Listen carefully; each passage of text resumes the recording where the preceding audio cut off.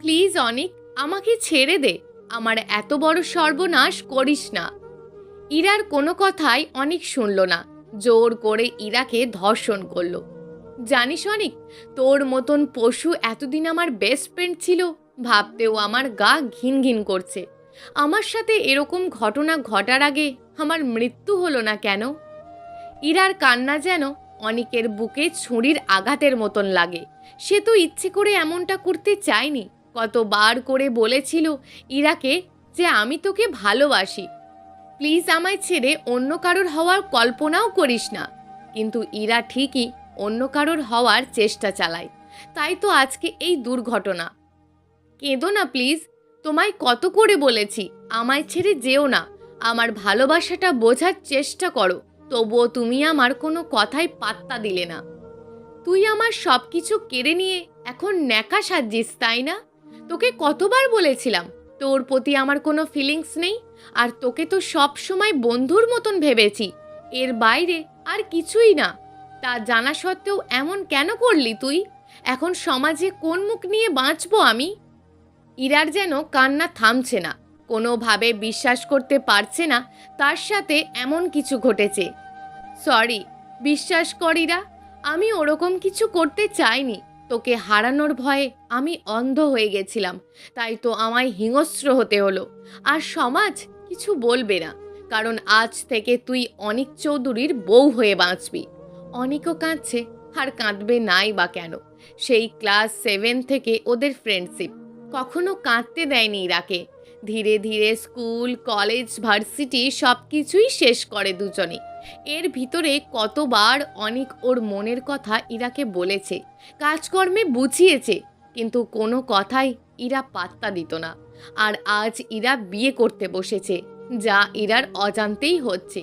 অথচ অনিক এখন দেশের নামকরা বিজনেসম্যান হয়ে সবার কাছে পরিচিত।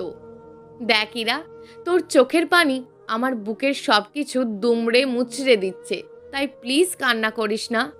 এরপরে ইরা বলে উঠল, আজ যে করি হোক আমি সুইসাইড করব। ইরার কথাটা বলতে সময় লাগলেও অনিকের জড়িয়ে ধরতে সময় লাগেনি। কারেন্টের গতির চেয়েও বেশি স্পিডে বুকের সাথে মিশিয়ে নেয় ইরাকে। বাহু ডোরে শক্ত করে জড়িয়ে ধরে চোখের পানি ছেড়ে দেয় অনিক। ইরা, তুমি এমন অলক্ষণে কথা কেন বলো? বলছি না তোমায় আমি ভালোবাসি বলেই তো এত কিছু করেছি। বরাবরের মতন এবারেও বলছি, অপরাধটা আমার জঘন্য, কিন্তু এজন্য তুমি নিজের কোনো ক্ষতি করো না। ঠিকই তো, অপরাধ তুই করেছিস, সাজা নিজেকে কেন দেব? তোর এই কাজের প্রতিশোধ আমি নেবই। তারপর তারা রুমে যায়, কিন্তু ইরা কান্না করে চলেছে। এই ইরা, তুমি কাঁদছো কেন? কষ্ট হচ্ছে তোমার, তাই না? খুব ক্ষুধা লাগছে বুঝি? এই যে আমি হাত ধুয়ে এসে খাইয়ে দেব, কেমন? অনেক যেন আর এক সেকেন্ডও দাঁড়ায়নি। সোজা ওয়াশরুম ঢুকে কোনো মতে হাতটা ধুয়ে এসে পড়ে বিছানায়। বিছানায় বসে খাবারগুলো মাখিয়ে ইরার মুখের দিকে এক লোকমা বাড়িয়ে দেয় অনেক। বাম হাত দিয়ে আলতো করে মুছে দেয় ইরার চোখের পানি। হাঁ করো, সেই সকাল থেকে না খেয়ে আছো, নাও হাঁ করো। তোর ওই মুখ দিয়ে আর একবার যদি খেতে বলিস, তাহলে তোর একদিন কি আমার একদিন দেখে নিবি। প্লিজ ইরা, রাগ হলে আমায় মারো, কিল, ঘুষি, থাপ্পড় যা ভালো লাগে তাই দাও, তবুও না খেয়ে থেকো না প্লিজ। কেঁদে দেয় অনেক। ইরার কষ্ট দেখে ওরা সহ্য হচ্ছে না। ইরা কিছু সময় অনেকের দিকে তাকায়, হয়তো চোখের পানিগুলো মিথ্যা নাকি সত্যি তা দেখার জন্য। খাইয়ে দে ভালো করে, এবার তো আগের মতন তোর পুরুষত্ব দেখাতে হবে, তাই না? অনেক কোনো কথা না বলেই খাইয়ে দেয় লোকমাটা। ইরার মুখ দিয়ে কোনো কথা বের হচ্ছে না, অনবরত কেঁদেই চলেছে। খেয়ে নাও না। সেই আগের লোকমার মতোই আবারও মুখে তুলে দেয় পরের লোকমাটা। এভাবে 2-3 লোকমা খেয়ে নিল ইরা। ঠিক তখনই ইরার মাথায় দুষ্টু বুদ্ধি জাগে প্রতিশোধ নেওয়ার। প্রতিবারের মতন এবারও এক লোকমা মুখে দেয় ইরার। যেই না হাতটা বের করবে অনেক, অমনি ইচ্ছাকৃতভাবে হাতে কামড় বসিয়ে দেয় ইরা। ব্যথায় কুকিয়ে ওঠে অনেক, কিন্তু পরে ইরার মুখের দিকে তাকিয়ে চুপ হয়ে যায়। এভাবে প্রতি লোকমা খাবারের বিনিময় প্রতিবার আঙুলের দাঁত বসিয়ে দেয় ইরা। অনেক কিছু বলেনি, মুখ বুজে সহ্য করে গেছে। অনেকের মুখে যে বিষণ্ণতার ছাপ স্পষ্ট বোঝা যাচ্ছে। এরকম কষ্ট ভরা মুখ দেখলে ইরার ভিতরটা যেন ফেটে যেত। অথচ আজ ইরা যেন আরো খুশি হয়েছে। প্লেটের খাবার তো শেষ, আরও আনবো কি? কি রে, আমার শরীর নিয়ে টেনশন করছিস?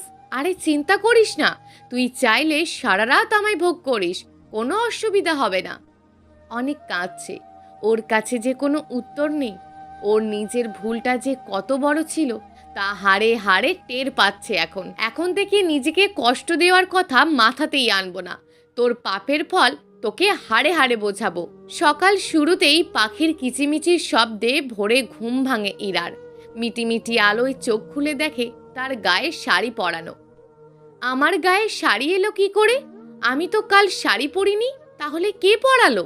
ভাবতেই লাফ দিয়ে ওঠার চেষ্টা করে, কিন্তু পারেনি, কারণ অনিক ওর পা জড়িয়ে ধরে শুয়ে আছে।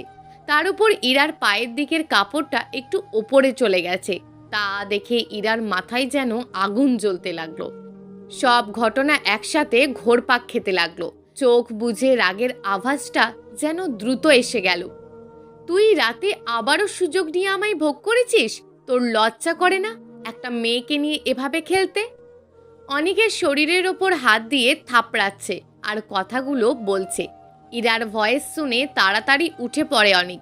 কিছু বোঝে ওঠার আগেই সারা শরীরে আঘাত করতে লাগে ইরা। তুই এত খারাপ আমি কখনো ভাবিনি। তুই তো আস্ত একটা লুচ্চা, যেখানে ঘুমের মধ্যেও মেয়েকে ছাড়ে না। তোর চাহিদা মিটিয়ে আমায় শাড়ি পরিয়ে দিয়েছিস, তাই না? যাতে আমি কিছু মনে না করি। কিন্তু তোর মতন লোককে কখনোই মেনে নেব না আমি। অনিক আর কিছু বলেনি। রাতের বেলা অনিকের ছোট বোনকে ডেকেই ওর শাড়িটা পাল্টে দেয়। আসলে ইরা সেই ঘটনার পর থেকে অনিককে যতটা খারাপ ভাবছে, সে কিন্তু অতটাও খারাপ নয়। এভাবে অনিক প্রতিদিন ইরাকে নিজের হাতে খাইয়ে দেয় আর ইরা কামড় বসিয়ে প্রতিশোধ নেয়।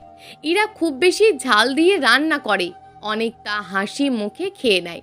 ইরা অনিককে অনেক অপমান করে, কিন্তু অনিক কোনো অভিযোগ করে না।